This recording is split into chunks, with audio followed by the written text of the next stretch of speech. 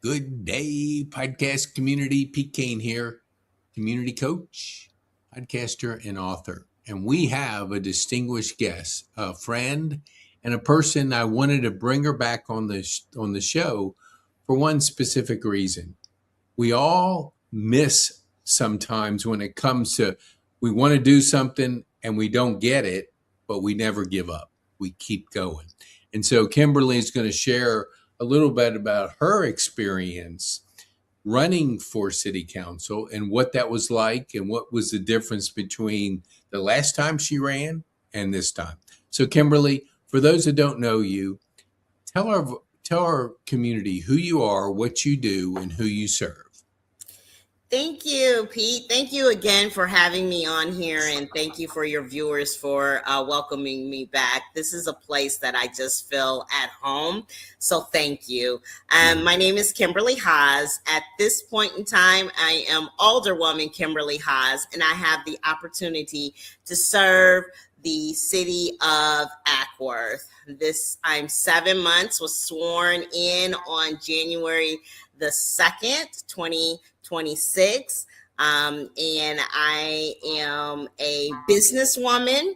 I serve the senior community and the caregiver in that community. We help aging adults age in place, lifestyle, helping with transitioning from just aging and caregiver burnout. The name of my company is iLoveKare,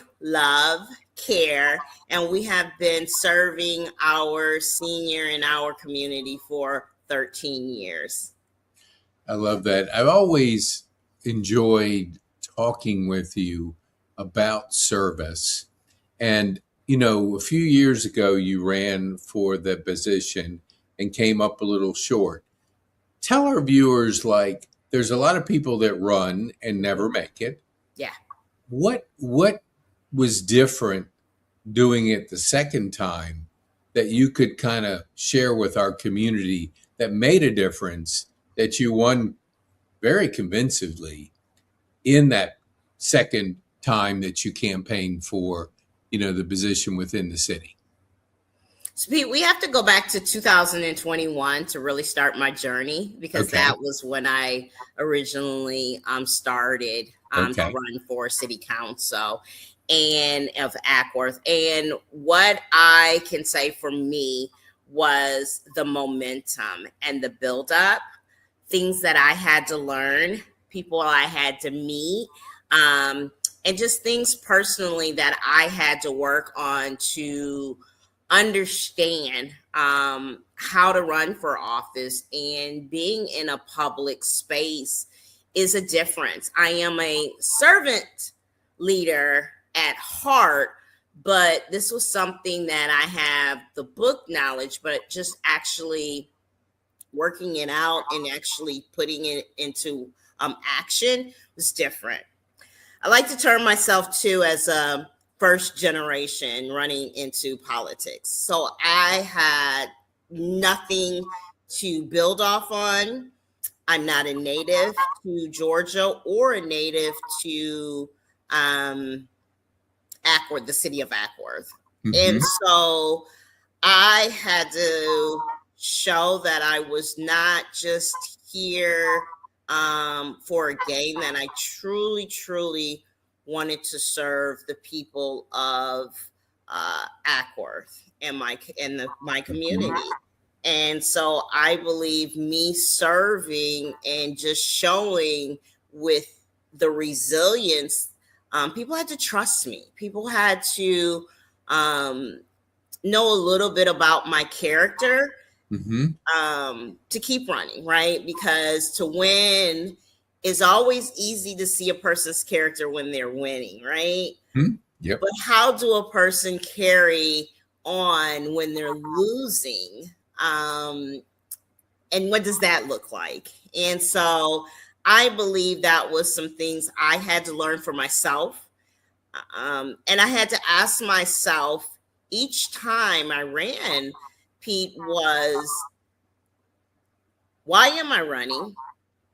And have I completed the task or at hand of why I was running. And each time I had to say no. Even though it was hard, Pete, I had to say no.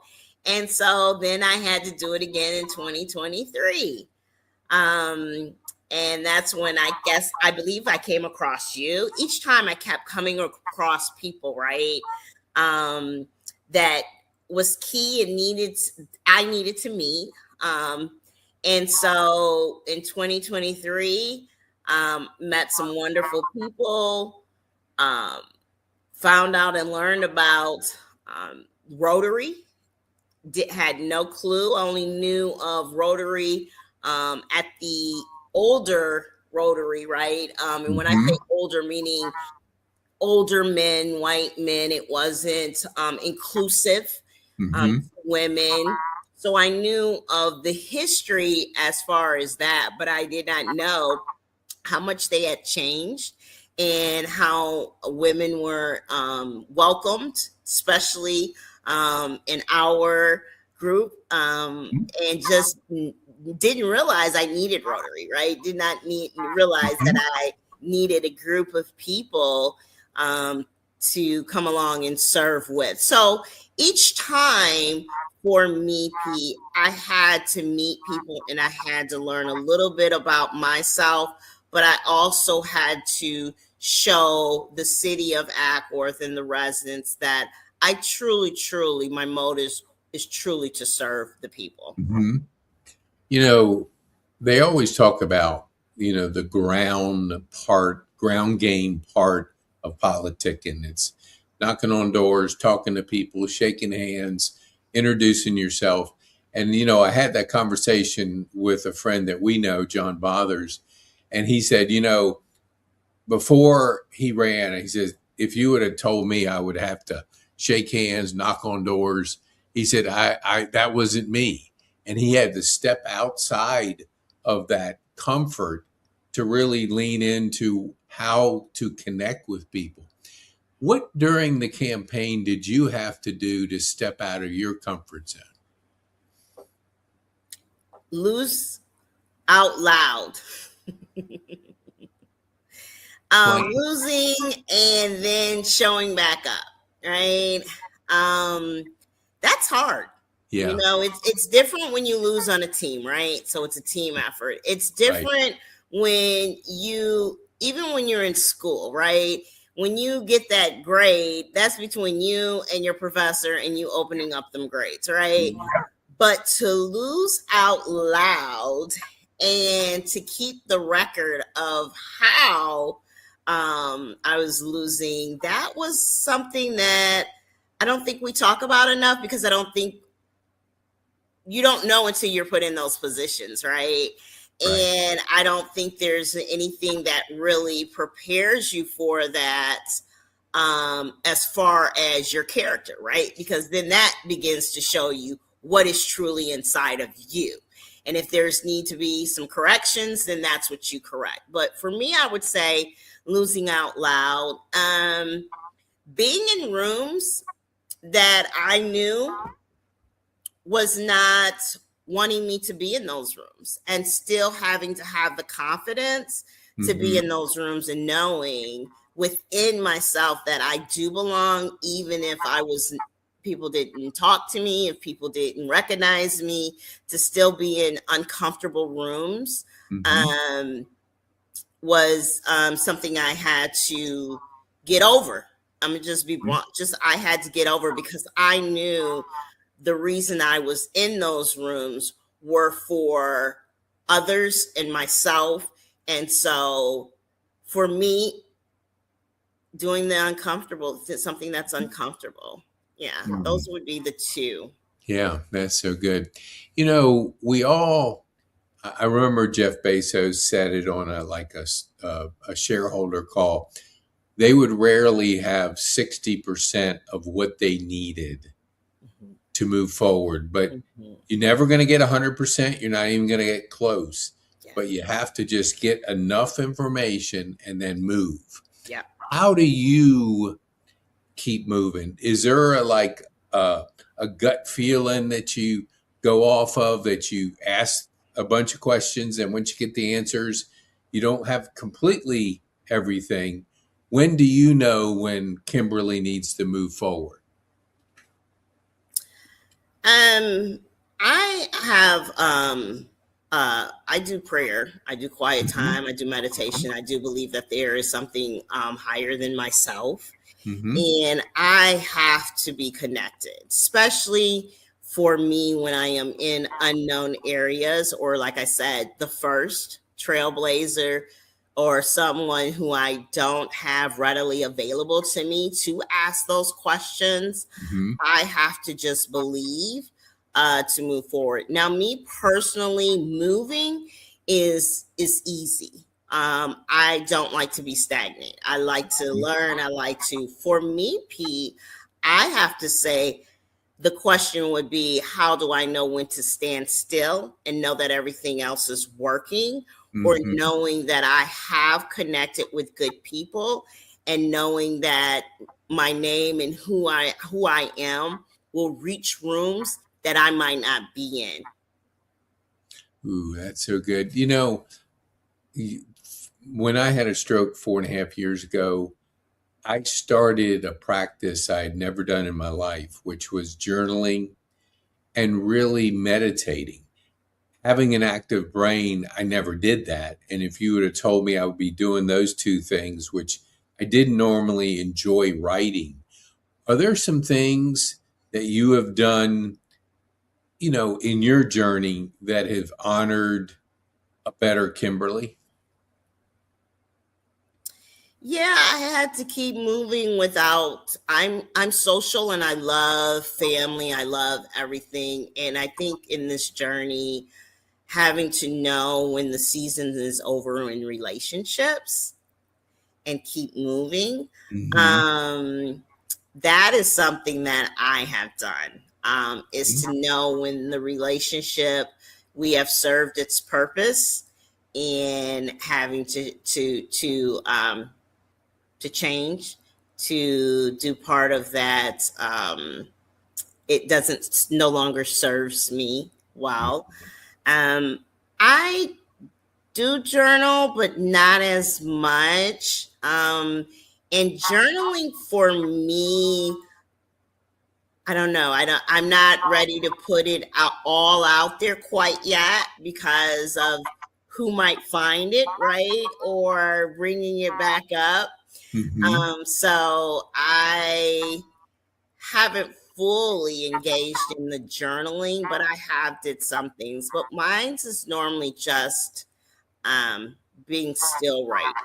Not doing anything, and just being still. That's so good. You know, we both have a connection to the senior community. I lived in one for almost 2 years. So I saw things in there that I never probably would have seen unless I lived it. You know, they say to people that retire and slow down, they lose connections, meaningful purpose, and that personal growth. And when they do that, their life really tailspins and ends. How do you challenge yourself that enables you to just keep learning, keep growing, keep going? Putting myself in spaces I've never been in, that's going to require me to have to learn, right? Being in spaces that I'm uncomfortable in, being in spaces that I don't know everything, and this is an environment to learn. I enjoy doing such stuff like that. I think for me is to now put myself in spaces that I can express what I have learned in my journey, right? Because for me, I'm like, oh, I'm still not there yet. Whatever there yet is, right? We all have that. I'm not there yet.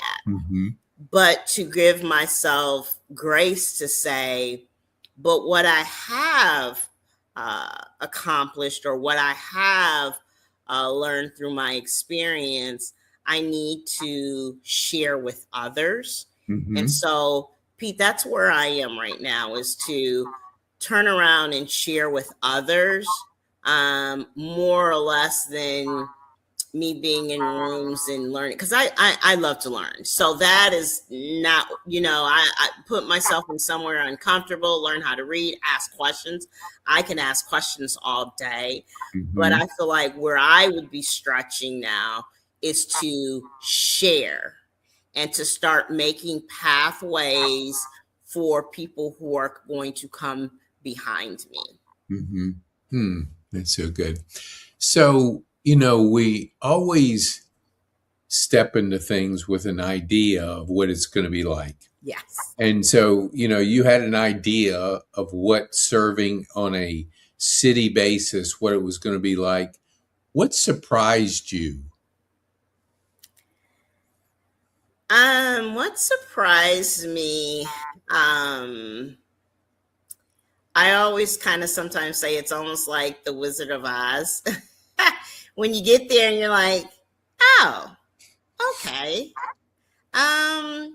Figuring out the structure of things is one. Figuring out how that the people, I really want to get this out clearly, that I know sometimes voters or people feel like, what's the use? But we, the people, still have power, especially when you organize. So I'm hopeful and I'm glad for that, because I was kind of wondering, I didn't know, but I was like, okay, yes, we're still there. I think the key is to organize, and I think it is to continuously organize at all levels, not when something is just hot pressure and just, like, let's just take data centers right now, right? Because I think that's on top of everyone's mind on at the city level, and that's a broad conversation that it's more than just Ackworth, right? But I think to really understand, not when it's time to vote if a data center is going to be in your city or not, right? It is to truly get engaged and understand and know what data is and understand. So when you do get to the part of being with your municipal or a state level or federal level, you have strategized, and you, the people, have not burned out, but you have a momentum that can sustain you all the way through, right? And that would be, well, that's kind of what PACs are. But I think when you do it as the people, and if it is something that is interesting or for you, know to organize, know you make the difference, and just pace yourself, and don't wait till it gets to a hot topic or till it's almost you feeling like, what's the use? Start on it now.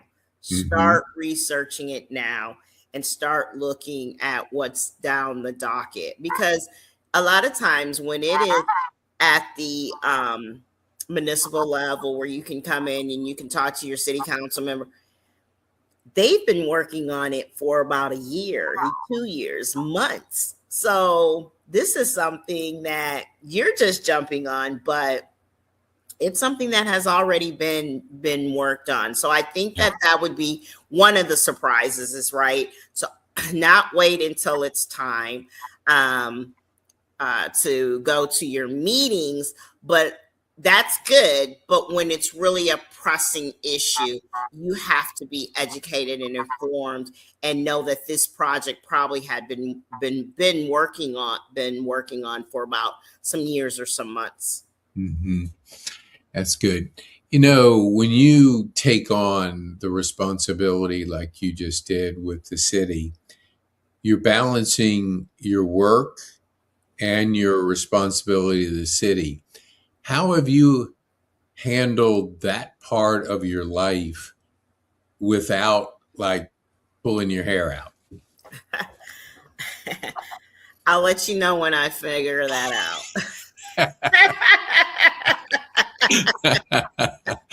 I love it. I love it. Yeah. Well, it is kind of a journey of discovery, and we're always learning, we're always figuring things out. And so the minute we say we're there is the minute we start going downhill. Now, let's just say you had to write a note to a 20-year-old Kimberly, and you had to give her some advice based on your journey. What would that advice be? Breathe and know all things work out, but it's not going to work out the way you think it's going to work out. And it's not going to come along when you think it's going to come out along, but it's always in perfect timing. That's good. That's good advice. So how has faith shaped your journey to where you are today? Yeah, it has been so good for me because I can get a lot anxious about things, or again, my patience level. And so sometimes I can go in and read a book and see of others who have had trials and tribulations and weren't perfect, but know that things did work out and some things didn't work out, right? But knowing that at the end of the day, if I seek who I believe is the head of my life, then everything else will work itself out. So that is what I've had to, Pete, hold on to it. It's been something for me because I do have sometimes a lot of anxiety. It's just my centering for me, because, like you said, I do a lot of first. I do a lot of not having just people readily available to me that have walked it out. Now, once I'm there, they present their self, right? But when I first venture off, it's usually just me. Wow. We mentioned data centers, and we're all familiar with where AI is going. The world's moving fast. It continues, and it's not going to stop. How are you using AI in what you do with your work? And are you using it any with what you're doing with the city? Yeah, so with the city, I'm just going to a lot of different conferences and just learning about how AI can implement it within government, learning about all the different agents, learning about all the vendors and what they have to offer. And the city aspect, I am just learning. I'm in spaces to learn and what AI looks like for the government sector at the municipal level. My personal level, I use AI as a filler where I don't have the readily available assistance. So sometimes just the strategy of how to walk something out to get to a particular goal that I may look, editing some of my emails, or how to articulate something that sounds a little bit better and clearer than what I might write myself. But as I'm learning about AI and just building your own agents and just how it can do so much more, I have not begun to scratch the surface of how I could implement AI within iLoveKare.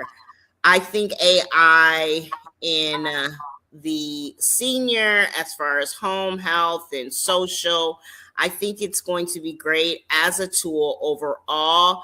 But I think the industry of touching and connecting, that will probably be the last to go, right? Because people still need that human touch, that human connection, that human eye contact, just when you can go into a room and you know someone for a long time and you can ask them how do they feel because you know them so well.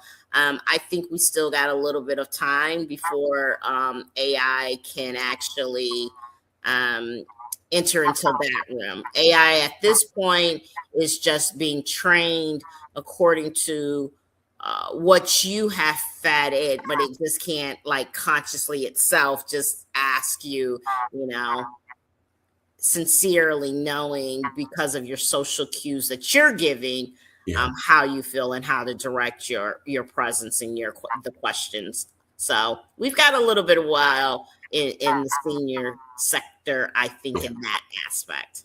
I do too. Yeah, it's going to move faster in different areas of society. What are you most excited about when you look to the future? What is Kimberly most excited about? I'm excited because, again, taking you back, like I love to achieve, like I love to conquer, right? But I think that I'm excited to bask in what I have conquered and working on it, right? Working on it, making sure that it can be at its highest level to help others and to be able to leave a mark for my family, and hopefully the loneliness of like I said in a lot of things, I was the first or I've never, that I can be able to leave to my legacy that they don't have to say that, right? That they have someone, and that I've hopefully left a blueprint for others that they can be able to tap into, right? And that's where AI, right, will be, I'm sure, where you can ask me, right? It won't be me, but you can go like an encyclopedia, but a digital one, right? And get these conversations we're having right now, right? That people will be able to pull from and be able to archive and be able to have some type of guidance. That is what I'm really excited about. And I'm excited that I feel like overall we all are in a position that there is a new frontier and we're part of that newness, right? And being able to be a part of that and have some type of fingerprint in how that is developed. That's good. We're both in Rotary at North Cobb, and I think we met right before that, but we, meet, on a regular basis weekly. For those that, I see you as a very much a relationship type of person that connects with people. I remember saying like, oh, how many years have you been in Rotary? And you said, let's go months. Not years. This is back a couple of years, but it didn't appear that way from the outside. What would be a good relationship tip for somebody out there listening that wants to embrace more of that skill set, but maybe they don't know what that next step might be? What would you tell them? What would you share with them? That's funny that you say it's a skill set, because sometimes I feel like when I get into those networking rooms, I feel awkward, because when I go in, I'm looking for a real conversation, not a transactional conversation. So I have to push myself in those rooms because I really want to have some form of connection. I don't do well with transactional relationships, even though, right, I have submerged myself in transactional type of places, right? And that's what I'm learning. And I do believe in those spaces, I'm not the only one, right? I do believe that there are others who really don't want such a transactional relationship. So when I come into the room, I honestly want to know, how are you doing? And I want to know, how are you doing really, and get to learn a little bit about you before I go into business with you. I think it's easier to slow start it than to jump in and then you're backpedaling trying to get out of the deal, the relationship, or whatever. I agree. Yes. When we look at running a business, you're a businesswoman, you're an entrepreneur. It's the hardest thing I think anybody can ever do, because there's no paycheck on Friday. You have to create it. You have to create the value. What have you learned by going that route of being an entrepreneur, being a businesswoman, being somebody that's has a business in the community? What have you learned in that journey? I'm still learning. I am. I still am learning how to. I haven't mastered it all the way there, but again, just creating good relationships with people I want to do business with, creating, letting people know in spaces what it is that I have to offer, the value. So not that I want to be transactional, but going into those spaces knowing the value in which I have for what their needs are. And that's the learning, and that's the balance that I'm still learning and working. So again, I can say even in that area, I'm still learning, Pete. I'm still figuring that out. And I'm also figuring out, when I come into a room, which hat or which title I want to be. Do I want to come in and just be Kimberly Haase, the no title lady, right? Do I want to come in and am I older woman Haase from the city of Ackworth? Or do I come in the room and am I Kimberly Haase, iLoveKare? And those are the things that I'm trying to learn myself, of how to come into an environment and give that. I'm definitely open, Pete. If you have any suggestions for me, let me know. With you knowing me a little bit and knowing the different rooms that you are in with me, what that would look like. I'm all ears, because I am still learning.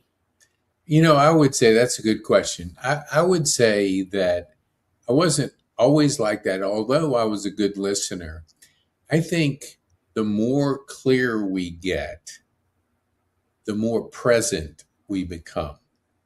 And I found myself more present with people in the last few years than kind of like the noise that always was there is not there like it used to be. So I'm listening more intently, I'm more present, and it's given kind of a deeper, and I think podcasting has helped, because you have to be curious, you have to be a good listener, and you have to, I remember one podcast I did because somebody told me, well, you got to have all the questions for people. And I said, okay, this was a couple of years ago. I said, okay, so I did AI, and I said, give me the 8 questions I would ask a podcast guest. So I did it on somebody we know, Sandra Glenn. And after that, I was going, this stunk, because all I was thinking about was the next question. I wasn't present. I wasn't connecting with the conversation. So that was the only one I did. I threw that out. I said, never again. I won't do that again. But yeah, I think being present has really kind of been an eye opener for me. What would you say on the campaign trail? Mm-hmm. What was the funniest story that you could share that you came across on the trail? Oh my gosh. The funniest. That I would have to think about that one. Because I'm gonna tell you, when I got off of that trail, I was like, thank you, baby Jesus. Woo! Yeah. That trail, like when I see candidates now, I'm like, ooh, thank you. Because I was on that trail for years. Yes. I can tell you other things, but I don't remember any the funniest. Yeah. I can more or less tell you about the people, how I made $2.50 work, how but I have to think about that one. Yeah. What was the Okay. funniest? We can always have you back. Yeah, right. At a later date, and to be able to, because you're out there so much. I had a couple conversations with John Bother, and it was always, I'm always curious of what a person has to do, because when you look at something from the outside, that only tells you a little bit of the book cover, never what's inside. Yes. You have to read the book to appreciate the book. You can't just, hey, I know what that book's about. Now, maybe AI is helping, and it's helped me a lot. I use Notebook LM, and I'll put it in the chat, and I'll put it in Notebook LM. And then when I read, I'm speed reading to get more out of a book. Mm-hmm. But always digging deeper into the story is always really interesting. At least it is for me. So what do you, when you look ahead, I know we talked about what you're most excited about. What is a big challenge that you kind of see in the future for the city of Acworth? The challenge of Acworth is to be true to its character of that small town community feel, and but to progressively move with the times and not leaving anyone behind. But we know with moving ahead, sometimes you do lose people, right? That's just part of growing and developing. Yep. But when you develop, you don't lose the character. And I think that, and being able to keep that message to people who see you moving, right? That we're moving, but we're not losing the character of.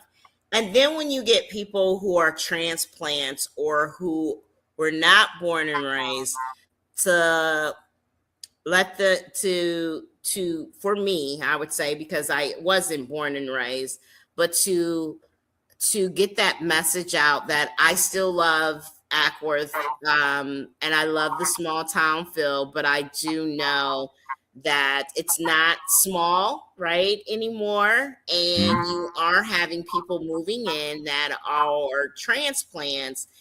We want to make that feel for them just as much as for the feel of the people who were born and raised. And what does that look like? And how do you keep that moving forward with implementing and welcoming people who have not been born and raised here, and yet keep that small town feel, even though it's not a small town anymore? That is something I can honestly say that every elected official that sits at that table, we all have that same goal. Now, how we get there can be different, right? Because our style is different of how we got to that table, right? Right. But at the core, that is still what we want to make sure that we bring into the city of Acworth. And so with that, I'm very, very secure that we will keep that moving forward. And I am definitely proud of it. Going back to when you were asking me about what was funny, I can tell you about me on the campaign trail is people used to say on the campaign trail that I was everywhere. You are everywhere. You are everywhere. But I remember coming in contact with one of an elected officials, and I was standing up or I was somewhere, and I said, I'm newly elected. I just got sworn in this year.